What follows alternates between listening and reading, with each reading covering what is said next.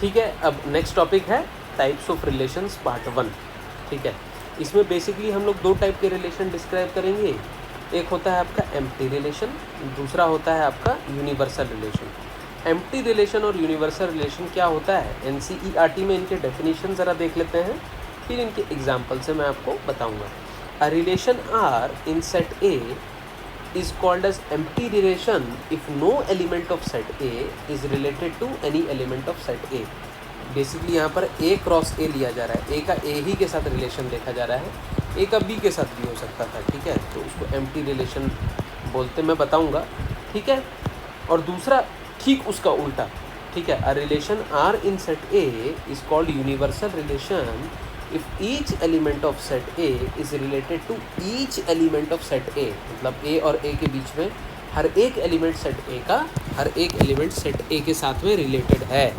तो इसका practical meaning क्या है उसको थोड़ा सा समझते हैं। चलिए, मान लीजिए आपका सेट A है, सेट A में 2 नंबर से 1 2 4 नंबर से 1 2 3 4। मान लीजिए सेट B ले लिया आपने 2 3 4। ठीक है, अब मैं पहली बात केस 1 एक ऐसा रिलेशन बना रहा हूँ, एक relation from set A to set B, set A to set B। इसको क्या लिख रहा हूँ मैं, ठीक है, R is such that A comma B, A comma B मतलब A को मैं बोलूँगा any element of set A, any element of from set A, any element from set A। और B क्या हो जाएगा sir, any element from set B। ठीक है सर, ठीक है सर, राइट सर। तो R एक रिलेशन हो गया आपका A कॉमा B। ठीक है sir, very good sir, very good sir. ठीक है, सच दैट, अब देखिए क्या होता है, इसको तरीका क्या है रिलेशन को लिखने का। रिलेशन आर लिख लिया जिसमें A कॉमा B, मतलब A is any random element of set A, B is any random element of set B। अब रिलेशन है क्या उसको तो बताया जाएगा ना। तो रिलेशन ऐसा था such that A minus B is equal to 10। एक ऐसा रैंडम रिलेशन हम लोगों ने कंसिडर किया। ठीक है सर, वेरी गुड।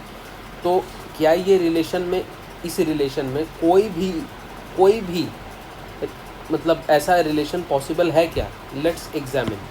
ठीक है, चलिए नंबर 1 से स्टार्ट करते हैं। तो नंबर 1 A एलिमेंट है, इसमें नंबर 2 से देखते हैं। तो 1 माइनस 2 देखते हैं। 1 माइनस 2 क्या ये 10 के बराबर है, नहीं सर। चलिए अब 1 को देखते हैं सर 3 के साथ सर। ठीक है, तो 1 माइनस 3 क्या 10 के बराबर है, नहीं है। चलिए सर, हो गया। 1 को 4 के साथ देखते हैं। तो 1 माइनस 4 क्या 10 के बराबर है, नहीं है। ठीक है, उसी तरीके से अब 2 को देखते हैं 2 के साथ। ठीक है, क्या 2 माइनस 2 10 के बराबर है, बिल्कुल नहीं है।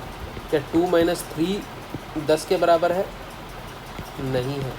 क्या 2 माइनस 4 10 के बराबर है, नहीं है। ठीक है, उसी तरीके से अब 3 और 2, फिर 3 और 3 और 3 और 4 को लेते हैं।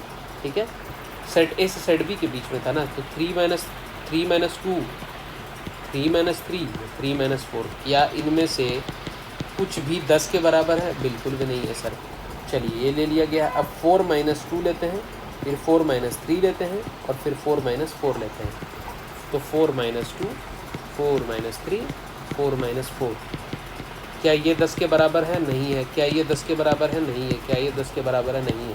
तो A माइनस बी यदि मैं कर रहा हूँ, मतलब A मतलब any element of from set A, B मतलब any element from set B। अगर मैं A माइनस बी कर रहा हूँ, कोई भी इन दोनों का डिफरेंस कभी भी 10 के बराबर है, एक भी नहीं है। So we can say no element of this relation exists. कौन सा रिलेशन, ये रिलेशन, ये वाला A minus B equal to 10। Therefore this relation will be empty relation, will be phi, जिसको अपन एम्प्टी रिलेशन, खाली रिलेशन, कुछ है ही नहीं, रिलेशन ही नहीं है, रिलेशन ही नहीं है। ठीक है सर, ठीक है, समझ में आई कि नहीं भाई? आपको बात समझ में आ गई कि नहीं आई, आप ये बताएं। ठीक है, वेरी गुड। अब एक काम करेंगे हम लोग, ठीक है, ठीक उसका उल्टा लेंगे। एम्प्टी रिलेशन तो समझ गए ना। अब यूनिवर्सल रिलेशन भी तो समझना ना है। यूनिवर्सल रिलेशन तो एक उसका बढ़िया एग्जांपल देख लेते हैं, ठीक है। उसका एग्जांपल ऐसा है कि देखिए, इस टाइप का एग्जांपल है। देखिए, अब मैं क्या करता हूँ, एक रिलेशन बनाता हूँ जो ए से बी के बीच में, ए और बी को के एलिमेंट्स को सेम ही रखिए, लेकिन अब उस रिलेशन का वो ऐसा रिलेशन बनाइए जिसका अब टर्मिनोलॉजी अलग है। जैसे this is a relation A, relation from set A to set B, ठीक है, set A to set B such that, colon के आगे मतलब सच दैट। अब कंडीशन क्या लगाया मैं कि ए माइनस बी का मॉड शुड बी ग्रेटर और इक्वल टू 0, ठीक है, शुड बी ग्रेटर और इक्वल टू 0, ऐसा मैंने कह दिया। मॉड का मतलब उन दोनों के डिफरेंस का मैग्नीट्यूड, ठीक है सर। तो अब देखते हैं कि हर एक एलिमेंट को उसी तरीके से देखेंगे। पहले हम देखेंगे ए 1 2 के साथ, फिर देखेंगे 1 3 के साथ, फिर देखेंगे 1 4 के साथ। उसके बाद में हम क्या करेंगे, अब हम देखेंगे 2 2 के साथ, फिर हम देखेंगे 2 3 के साथ, और हम सर देखेंगे 2 4 के साथ। उसके बाद हम क्या करेंगे, अब हम देखेंगे 3 2 के साथ, 3 3 के साथ, 3 4 के साथ। उसके बाद हम क्या देखेंगे सर, 4 2 के साथ, 4 3 के साथ, और 4 4 के साथ। तो ए माइनस बी ना करना है, बेसिकली ए माइनस बी का मैग्नीट्यूड लेना है मेरे को। तो सब में देख ले, तो 1 2 के साथ, 1 3 के साथ, और 1 4 के साथ, ठीक है। इन सब का मैग्नीट्यूड लेना है मेरे को, ठीक है। तो ये क्या हो जाएगा, -1 का मैग्नीट्यूड, तो ये तो 1 हो गया। ये -2 का मैग्नीट्यूड, ये 2 हो गया। -3 का मैग्नीट्यूड 3 हो गया, ठीक है। चलिए 1 1 के साथ हो गया भाई। अब दूसरा देखेंगे हम लोग 2 वाला, 2 2 के साथ, 2 3 के साथ, 2 4 के साथ। चलिए, तो 2 -2 2 -3 2 -4, इन सब का मैग्नीट्यूड ज़रा देख लेते हैं भाई।